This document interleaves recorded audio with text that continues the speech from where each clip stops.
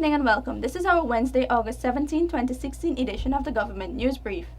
In the news this evening, Cuban-trained doctors to be deployed at state health institutions to boost health care.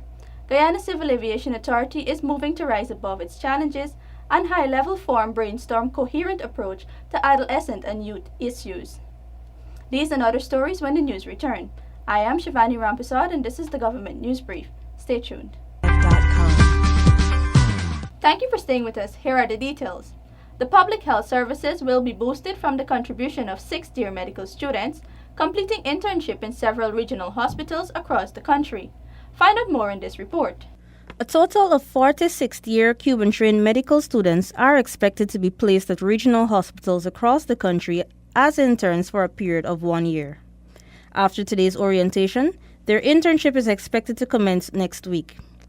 Permanent Secretary for the Department of Public Service, Reginald Brotherson, explains the process.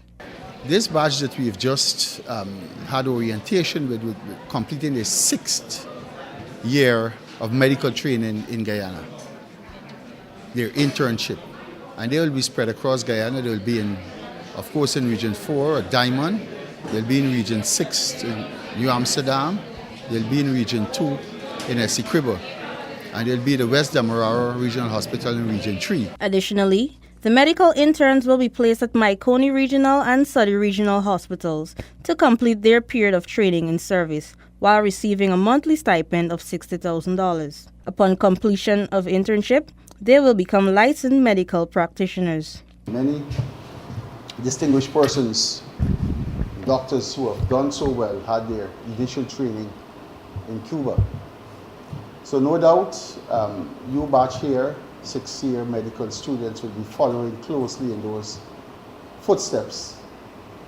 And you all will be making or expected to make the kind of contribution to develop the health sector in our country. The medical interns will work along with the Cuban Medical Brigade in Guyana, currently serving in all the 10 regions. We have the Cuban Medical Brigade trained who will be taking them through the process of the internship. And we have had, they have been successful over the years. The training of student medical practitioners in Cuba began after close diplomatic relations were established with the Republic of Cuba and the government of Guyana in 2002. The agreement has seen more than 500 Cuban-trained doctors returning and serving the country, in keeping with government's effort to improve public health care. For the Government News Brief, I am Delicia Haynes. The Guyana Civil Aviation Authority has several projects in its pipelines which will see the agency advancing to meet the international safety requirements. Renetta LeFleur has the details. The agency has made significant strides through the initial installment of the aeronautical surveillance equipment last year. Chaitrani Hiralal, Acting Director, Guyana Civil Aviation Authority, GCAA, told the Government Information Agency, GINA, that several new projects are on stream for the enhancement of the aviation sector. We had introduced aeronautical surveillance for the first time in Guyana in November last year in what we call the upper airspace. This year, we're continuing with that project to implement in our lower airspace so that we can have complete surveillance coverage in all of Guyana's airspace. We're going to have 4 stations installed in remote locations. It will be Kaichor, Anai, Cameron, and Port Kaituma, so that way we have sufficient coverage through triangulation of the signals feeding back into the central location of Tamari. So that is what we are currently doing. We are looking for this system to be operationalized towards the end of the 3rd quarter of next year. $380 million was allocated to the agency in the 2016 national budget for the completion of projects. One of these projects will see the installation of video home systems, VHS property stations in the airspace. Meanwhile, Egbert Field, who was recently appointed Director General of the GCAA, says that his vision is to enhance aviation safety with the help of the staff. One of the main things that we will be aiming for is safe skies. safety, ensure that the operators are operating in compliance with the rules and regulations, and by doing that, with the Safe Sky, we'll have safe travel and the passengers will be safer. I mean, how much safer can we make aviation? We can. Even though aviation is 99.99% safe in the area of flying, there's still that little percentage point that comes up at the wrong time. Phil explains that the agency has experienced several challenges and efforts are underway to address these. Simultaneously, the agency is striving to continue with the International Civil Aviation Organization ICAO compliance project. Our workforce at this time, it is just above 50%, I'd say somewhere in the region of 60-70%. We intend to enhance our workforce, and not only enhance it in terms of quantity. We will also be looking at quality. We also are looking for intelligent, bright youngsters, because they're the future of tomorrow. We are going to build our capacity as we look towards the future. It will be a tremendous industry, because we are on the verge of breaking ground in terms of oil exploration or oil extraction. We'll be having more helicopters coming in, running to the offshore pads. We'll have a lot more aircraft. A lot more airlines will be coming in to Guyana. The agency is in the process of creating an architectural drawing which will include all the necessary elements for a new headquarters. Phil explains that these initiatives will also boost both domestic and international operations. GCAA was established in March 2002 through the Civil Aviation Act 2000. Renette LaFleur for the Government News Brief. Ministers and youth stakeholders met today to develop a coherent and cohesive approach to the issues that directly impact adolescents and young people, such as teenage pregnancy and sexual and drug abuse.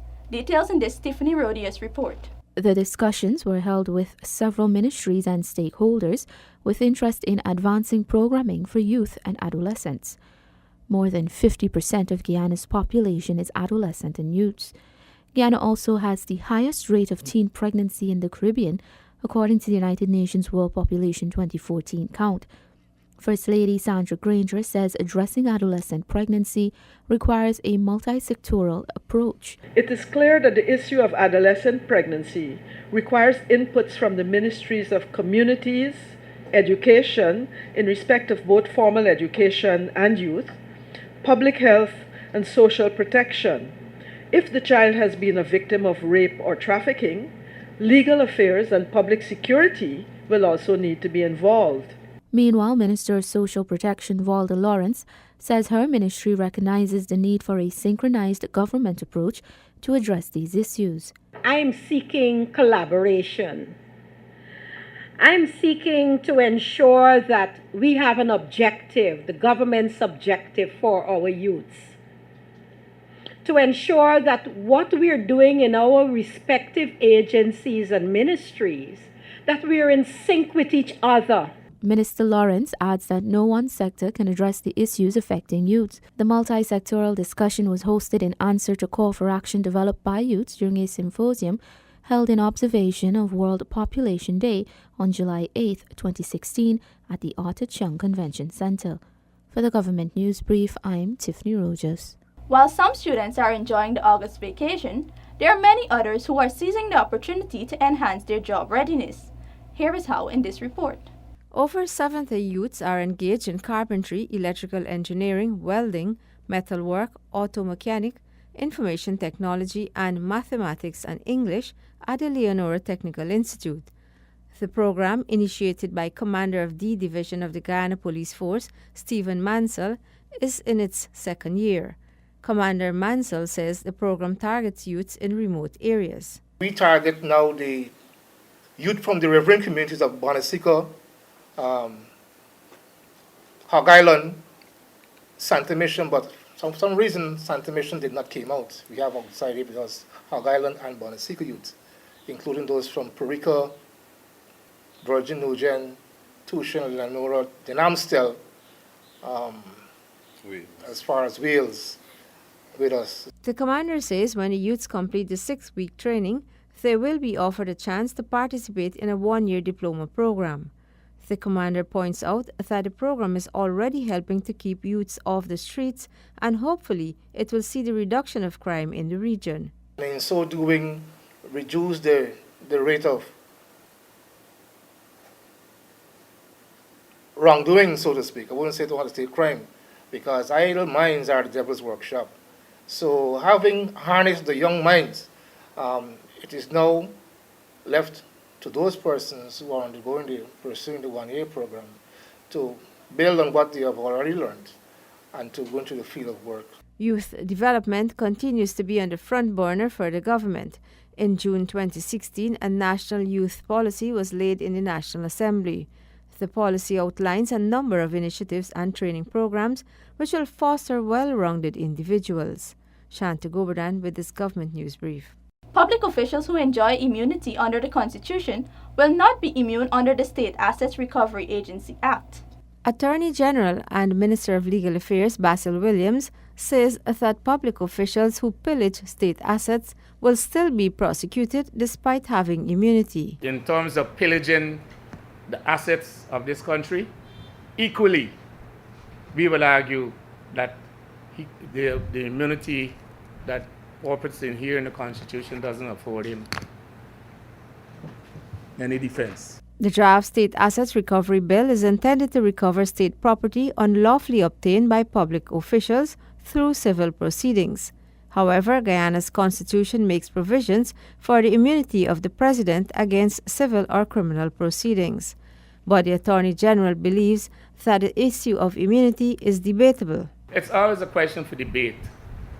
The Constitution purports to say that the president has immunity from suit. Obviously, something like that puts the president above the rule of law, if you give it its literal interpretation. And so the courts have really limited or restricted that interpretation. The Attorney General notes that anyone who commits a crime is not immune to prosecution. I don't know if there's anyone who could tell me that murder or robbery or any other serious criminal offense. Chief Parliamentary Counsel Cecil Durjon, at the recent consultation on the State Assets Recovery Bill, notes that the bill does not make provisions to address the issue of immunity. However, anyone who commits a crime is subject to prosecution according to the laws, Durjan says. Shanta Goberdan with this government news brief.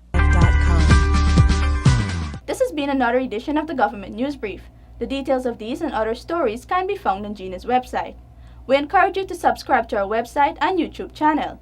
You can also like and follow us on Facebook to be updated as the news unfolds. Remember to join us again tomorrow evening for another edition of the Government News Brief. Thank you for watching. Have a great night.